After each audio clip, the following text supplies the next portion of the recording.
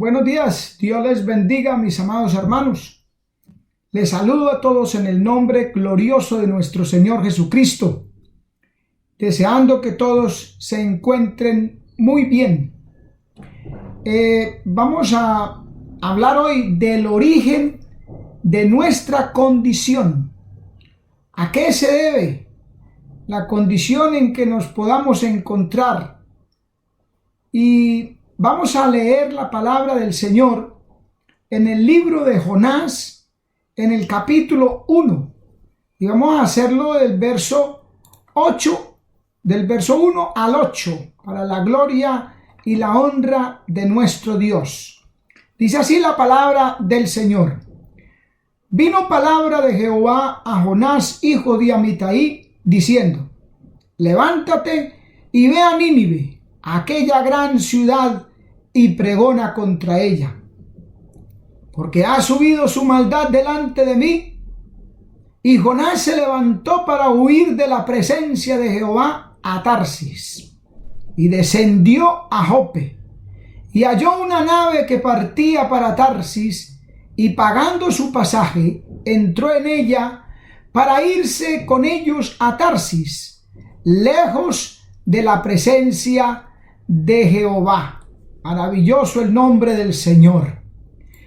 Pero Jehová hizo levantar un gran viento en el mar, y hubo en el mar una gran tempestad, que se pensó que se partiría la nave, y los marineros tuvieron miedo, y cada uno clamaba a su Dios, y echaron al mar los enseres que había en la nave para descargarla de ellos.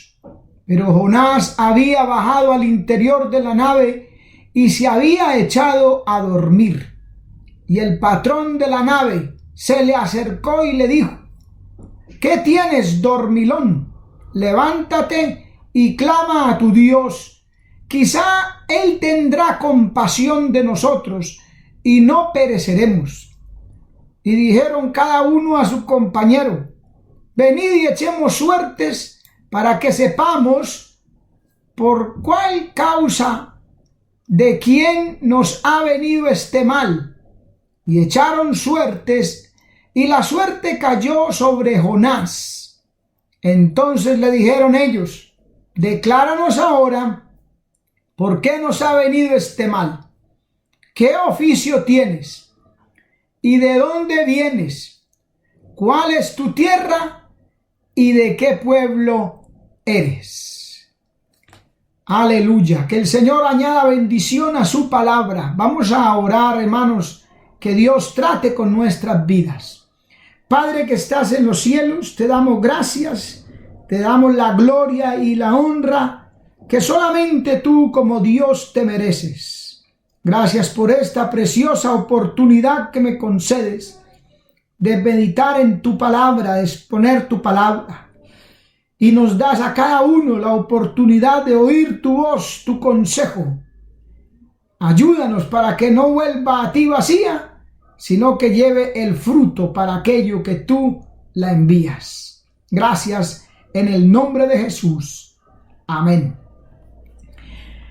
Entonces, como les decía, vamos a meditar en el origen de nuestra condición y vamos a basarnos en este libro del profeta Jonás, un hombre de Dios que en un momento pues tuvo una perspectiva diferente, errónea, pero que Dios la usó para llevar su misericordia a un pueblo y para hoy entregarnos a nosotros un consejo de la palabra, de su voz, de lo que nosotros tenemos que tener presente. Nínive era la última capital de Asiria a orillas del río Tigris. Nínive, el lugar donde Dios había mandado a Jonás. Pero Jonás se fue a Tarsis. Tarsis era un hijo de Javán, nieto de Noé. Lo dice el primer libro de Crónicas, capítulo 1, verso 7, Y el libro de Génesis, capítulo 10, verso 4, los hijos de Javán, Elisa, Tarsis, Quitín y Dodanim. Era o hablaba o era como una forma de decir que se alejaba lo más lejos posible de la presencia del Señor. Jope era un puerto en el mar Mediterráneo a 55 kilómetros de Jerusalén. Esta historia nos dice a nosotros que tenemos que tener muy presente, muy en cuenta algunos detalles. Primero, nosotros tenemos que entender, hermano, que Dios controla, dirige y coordina todo en nuestra vida.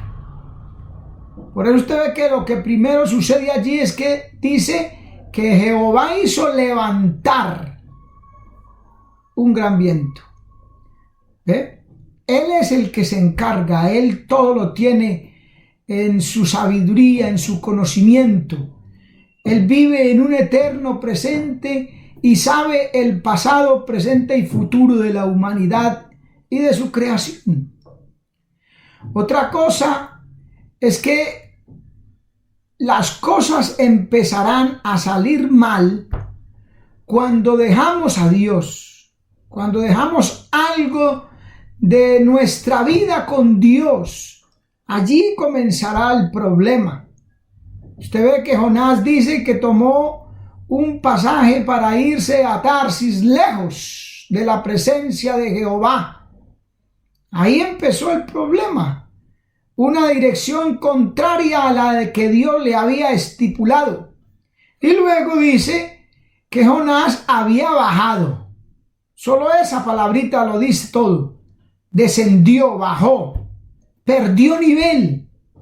Por eso los marineros le dijeron: dormilón, levántate y clama a tu Dios.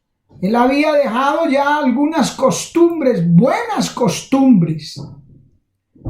Lucas capítulo 4 nos habla de que el Señor Jesucristo tenía la costumbre de leer la palabra. Y es el Hijo de Dios, es nuestro Salvador. Como era su costumbre, dice el libro de Lucas capítulo 4, se levantó a leer. Qué precioso el nombre del Señor. Pero es que solo a la edad de 12 años solamente ya discutía con los maestros de la ley, con los rabinos, y los dejaba boquiabiertos, no sabían ni qué decir. Decían también los judíos: ¿de dónde sabe este letras?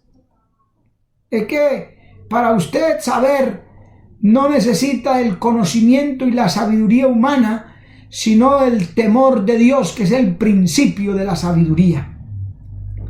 Aleluya. Los marineros, ¿qué fue lo primero que hicieron?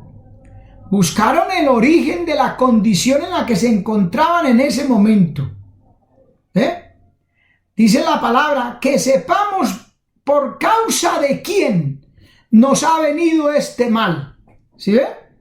Esa es la pregunta, la inquietud. ¿Por qué esta tormenta? ¿Por qué el barco en estas circunstancias? ¿Qué pasa? Nosotros debemos de hacer lo mismo, para lo que es muy importante y necesario que nos concienticemos primero qué oficio tenemos. Note las preguntas que le hicieron los marineros a Jonás. ¿Qué es lo que nosotros desempeñamos? ¿Qué hacemos? ¿A qué nos ha llamado el Señor? Para que no nos vamos a enredar en los negocios de la vida, como dice el apóstol Pablo. Que no nos enredemos en otra cosa diferente. Eso fue lo que preguntaron los marineros. ¿Qué oficio tienes? ¿De dónde vienes? ¿Cuál es tu tierra? ¿De qué pueblo eres? El origen. Tenía ahí en esas preguntitas. Segunda de Timoteo, en el capítulo 2, en el verso 4, el Señor dice: ninguno que milita se enreda en los negocios de la vida a fin de agradar a aquel que le tomó por soldado. ¿Se ha propuesto usted a militar en las filas del Evangelio? ¿Ha recibido a Jesucristo como su Señor y Salvador personal? ¿Quiere ir al reino de los cielos? No se enrede en los negocios de la vida. No asuma ninguna posición, ningún negocio que le pueda robar el tiempo para las cosas de Dios. En esta vida uno tiene que saber de dónde viene, qué va a hacer, qué está haciendo. El Señor le preguntó a dos de sus discípulos en una ocasión: ¿qué buscáis? Tenemos que estar seguros. Con esto se está hablando o denunciando, se está inquiriendo para determinar qué es lo que queremos en la vida y en qué condición nos encontramos en el momento para poder nosotros definir o determinar lo que vamos a hacer. Nosotros venimos del mundo y somos hechos salvos por nuestro Dios y vamos para el cielo con la ayuda del Señor. ¿Cuál es nuestra tarea? ¿Dónde nos ha puesto el Señor? ¿Qué quiere que hagamos? Nosotros estamos en la región, en el lugar donde nos encontramos. En el caso de Jonás, tenía que ir a Nínive y él se fue para Tarsis. Usted y yo estamos en el lugar donde Dios quiere que estemos. Empecemos a hacer lo que Dios quiere que hagamos. Nínive era su lugar. A él tenía que ir allí. Y por eso le preguntan: ¿de qué pueblo eres? Él era de Gat-Efer, ciudad de Nazaret. Esa era el hábitat o la ciudad de Jonás. Dice el segundo libro de los Reyes, capítulo 14, el verso 25. Él restauró los límites de Israel desde la entrada de Amad hasta el mar de Arabá, conforme a la palabra de Jehová su Dios, la cual él había hablado por su siervo Jonás, hijo de Amitai, profeta que fue de Gat-Efer. Era un profeta conocido, era un profeta definido, era profeta de Jehová. Mire, la palabra de Dios se cumplió como él había hablado por su siervo Jonás. No era un aparecido, no era una persona ignorante de su posición, de su condición, de quién era, para qué lo había llamado el Señor. Usted ve que al Señor Jesucristo lo colocan en tela de juicio por causa de su nacionalidad, o más bien de donde procedía. Juan capítulo 7, verso 52, dice la escritura: respondieron y le dijeron: ¿eres tú también Galileo? Escudriña y ve que de Galilea nunca se ha levantado profeta. Pero el Señor Jesucristo, hermano, sabía que de allí sí se había levantado profetas. Jonás era un caso, pero se menospreciaba a los galileos, nadie les tenía en cuenta. Pero se encontraba esa ciudad de Gat-Efer, de donde había sido Jonás, a 5 kilómetros de Nazaret. Pero ¿sabe cuál es la razón que estos hombres dicen esto? Porque el hombre, la gente, el sistema, el mundo, el diablo, siempre buscará la manera de desubicarnos de los propósitos y de los planes de Dios. Y nosotros tenemos que servirle a Dios como sea, hermano. Queramos o no, amado hermano, le debemos de servir. El problema es que si nosotros sufrimos es por culpa nuestra, porque desobedecemos a Dios, porque no nos ubicamos en el centro de su voluntad. Usted ve que Jonás sufrió cosas terribles porque tomó la decisión de viajar a Tarsis en lugar de ir a Nínive. Hasta pagó su pasaje. A veces para colaborar con la obra de Dios no tenemos. Nos es difícil sacar algo, pero para nosotros mismos tenemos continuamente. Mire Jonás, pagó su pasaje para huir de la presencia de Jehová a Tarsis. ¡Qué tremendo, man! Y le repito, ahí comenzaron sus sufrimientos, y fueron sufrimientos, como decimos por ahí a veces, enfermedades buscadas. No obedeció a la palabra. Y ahí es donde viene el problema, porque Dios lo tiene todo bajo control. Y en eso es que usted y yo tenemos que confiar. Él todo lo tiene preparado, oiga, todo. Nada se le escapa, ningún detalle, hermano. No piense que pueda sucederle algo a usted o a mí que el Señor no envió, como dice el profeta Jeremías en el libro de Lamentaciones. Aquí en solo este libro encontramos 5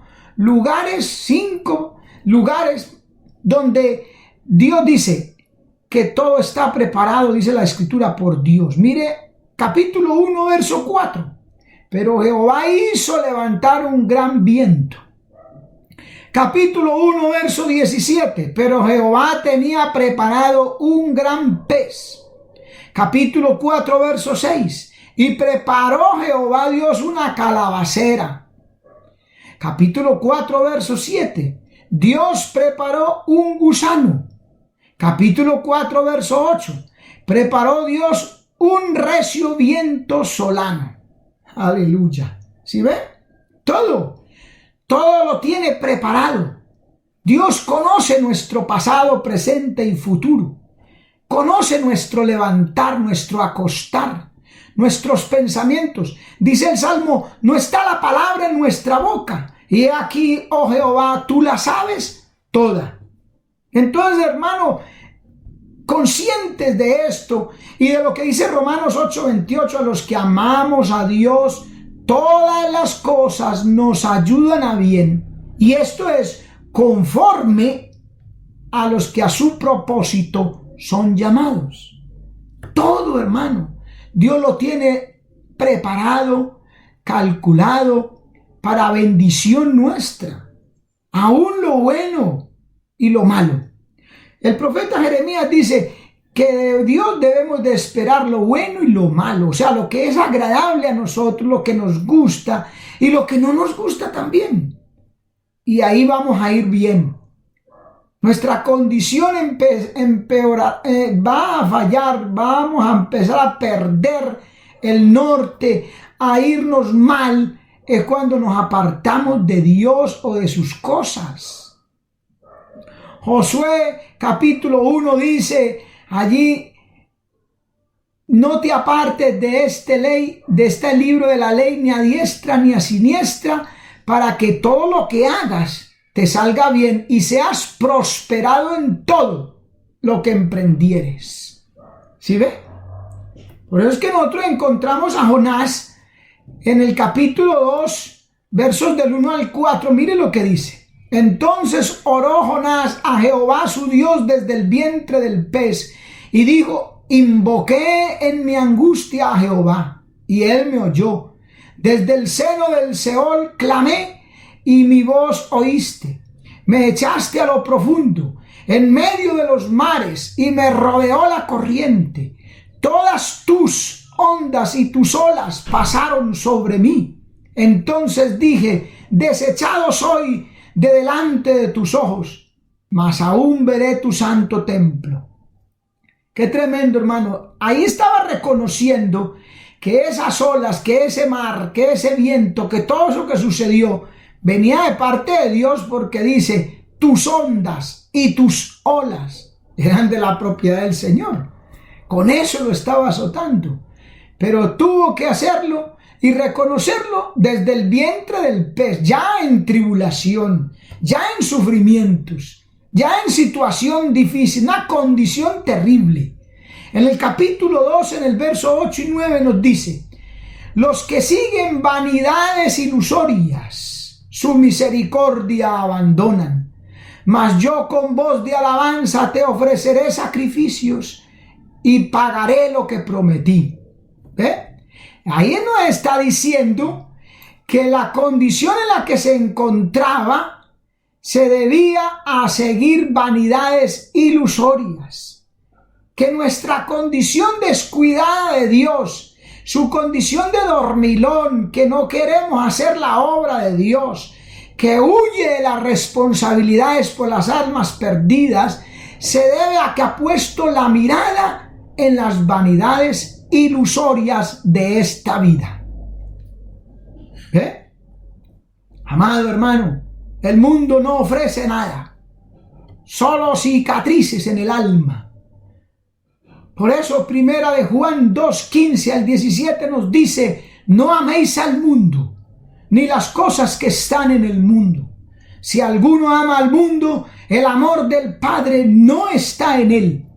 Porque todo lo que hay en el mundo, absolutamente todo, los deseos de la carne, los deseos de los ojos y la vanagloria de la vida, vanagloria, algo vano, no provienen del Padre, sino del mundo. Y el mundo pasa y sus deseos, pero el que hace la voluntad de Dios permanece para siempre. Las vanidades ilusorias, la vanagloria, lo que no sirve.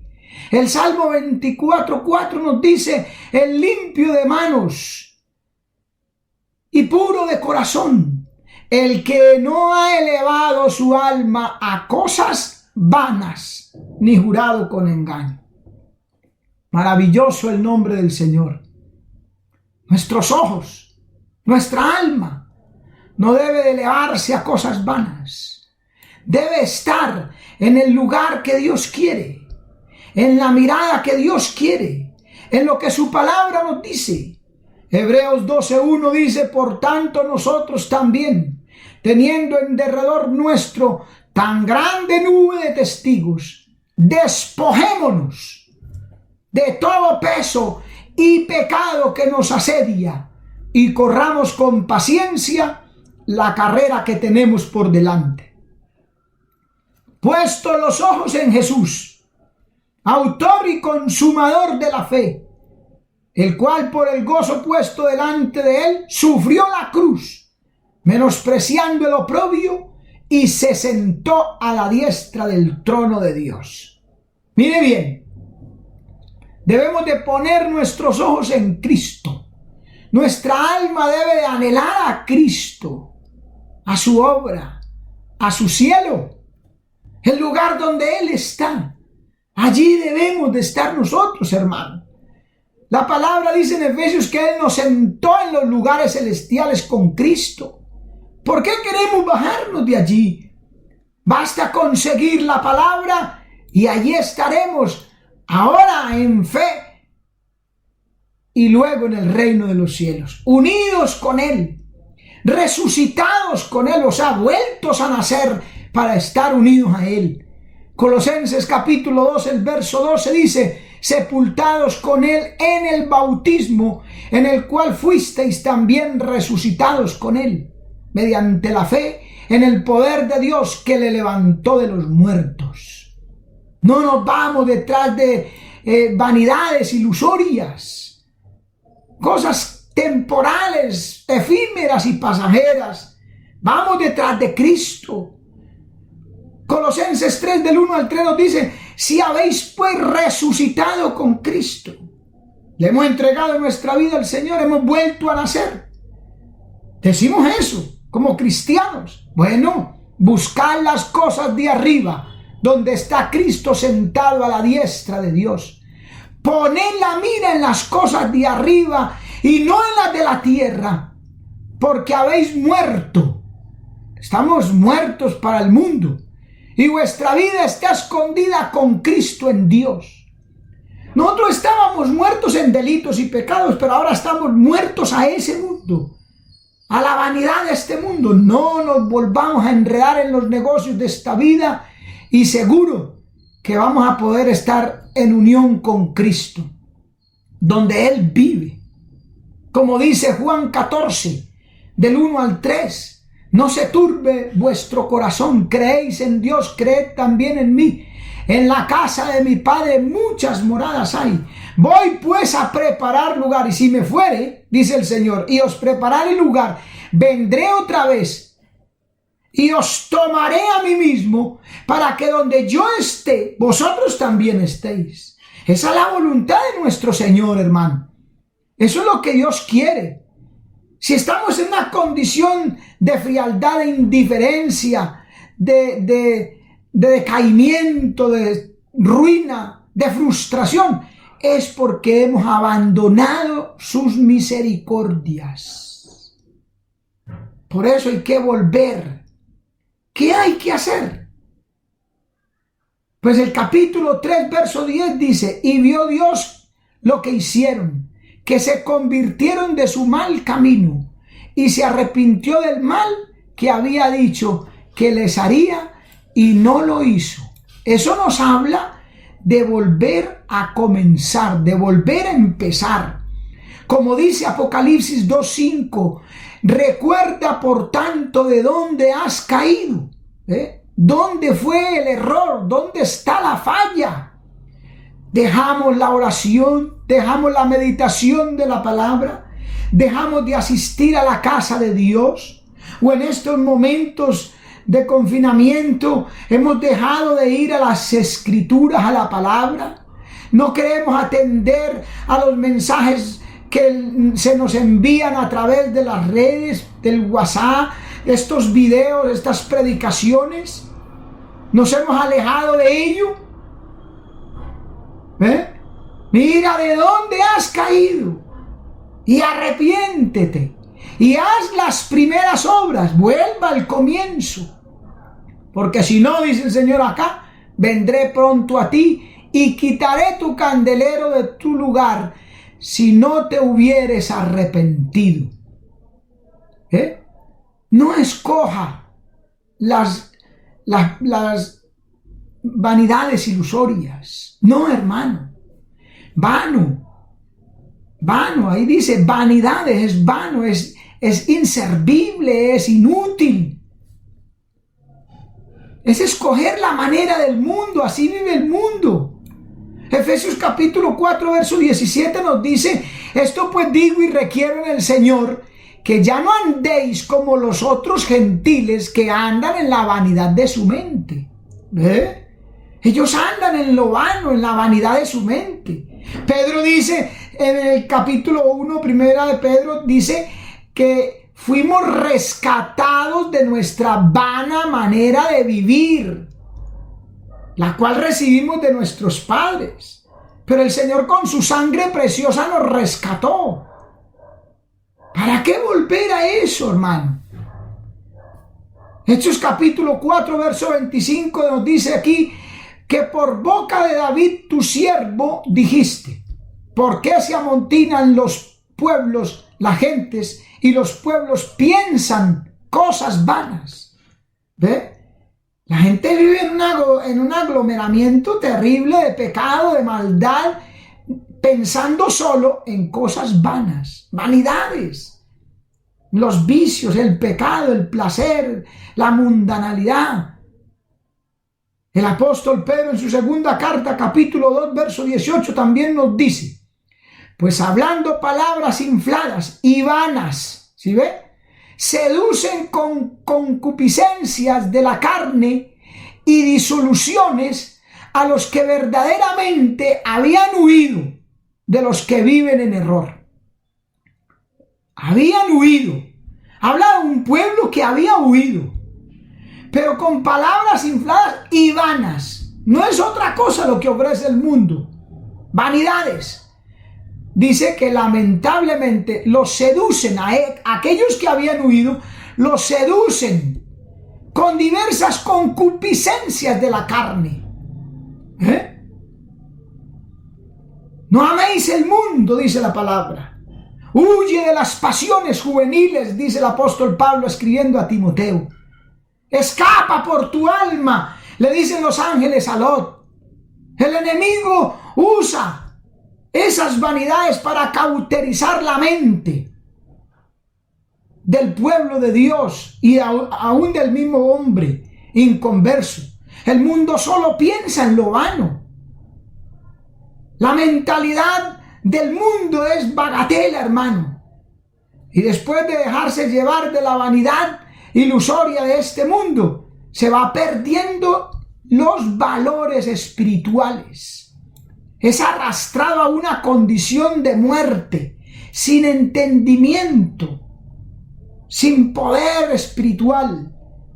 Efesios 4:18 nos dice: teniendo el entendimiento entenebrecido, ajenos de la vida de Dios, por la ignorancia que en ellos hay, por la dureza de su corazón, los cuales después que perdieron toda sensibilidad, se entregaron a la lascivia para cometer con avidez toda clase de impurezas. Por eso es que el descarriado, el que se aparta, se vuelve así, hermano, peor, como dice la palabra, que vienen 7 espíritus peores y se meten en él, y el postrer estado de aquel hombre vendrá a ser peor. Pero aquí la Biblia en el verso 20 nos dice: mas vosotros no habéis aprendido así de Cristo. No, hermano, no hemos aprendido así de nuestro amado Señor y Salvador Jesucristo. Pablo, escribiéndole a los Romanos capítulo 12, el verso 1 y 2, nos dice a nosotros: así que, hermanos, os ruego por las misericordias de Dios, que presentéis vuestros cuerpos en sacrificio vivo, santo y agradable a Dios, que es vuestro culto racional. Mire bien, culto a Dios. Culto a Dios, hermano. Vamos a la oración, a la meditación, a la palabra. Vamos, usemos de los recursos que las circunstancias del momento nos permiten. Pongamos el oído claro, atento a los WhatsApp que nos envían, a la palabra que podemos ver por los medios, por los canales que se ha determinado en este momento. Presentemos nuestra vida en sacrificio vivo y agradable a nuestro Dios, en un culto de adoración en el Espíritu, como también dice allí en Juan 4, que dice que la mujer, en el pasaje de la mujer samaritana, que Dios busca adoradores que le adoren en espíritu y en verdad, porque Dios busca a esos adoradores, tales adoradores busca que le alaben, que le adoren en espíritu y en verdad. Y el Señor dijo: de cierto te digo, que ni en este monte, ni en Jerusalén, o sea, no es cuestión de templo, cuando estemos habilitados, es necesario sin dejar de congregaros, dice. Pero las circunstancias del momento nos dirigen a otra situación. Entonces tenemos que adorar en espíritu y en verdad, porque tales adoradores busca a Dios que le adoren. Y aquí en el capítulo, en el verso 2 nos sigue diciendo: y no os conforméis a este siglo, sino transformaos por medio de la renovación de vuestro entendimiento. Podemos, porque aunque falta el templo físico, pero está la palabra, está el Espíritu Santo que nos guía, que nos revela, para que podamos tener un entendimiento claro de la palabra, y a través de nosotros ir renovando de acuerdo a ese entendimiento nuestra manera de pensar, nuestra manera de vivir, nuestra manera de actuar. Entonces lo vamos a transformar, como dice por ahí en el libro de los Salmos, de gloria en gloria, hasta que el día es perfecto. Transformaos por medio de la renovación de vuestro entendimiento, para que comprobéis. Vamos a comprobar, a experimentar. No va a ser solo teoría. Cuál sea la buena voluntad de Dios, agradable y perfecta.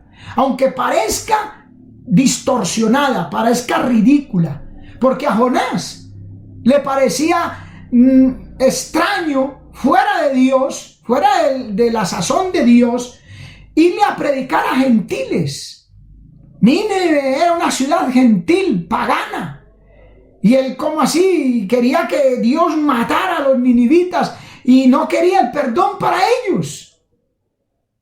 Era un poco extraña la dirección, la voluntad de Dios para él en ese momento, porque no entendía muchas cosas, porque no estaba involucrado en el proyecto, en el plan de Dios. Como dice la palabra a través del profeta Jeremías: si ellos hubieran estado en mi secreto, yo les habría hecho entender mis palabras, les habría dado a conocer mis planes y mis propósitos, dice el Señor. Por eso aquí dice, y podemos comprobar cuál sea la buena voluntad de Dios, agradable y perfecta. Es la voluntad de Dios en este momento que estemos aquí, fuera del templo. Ahí Dios está probando también cómo nuestra fidelidad, a ver si somos capaces de resistir.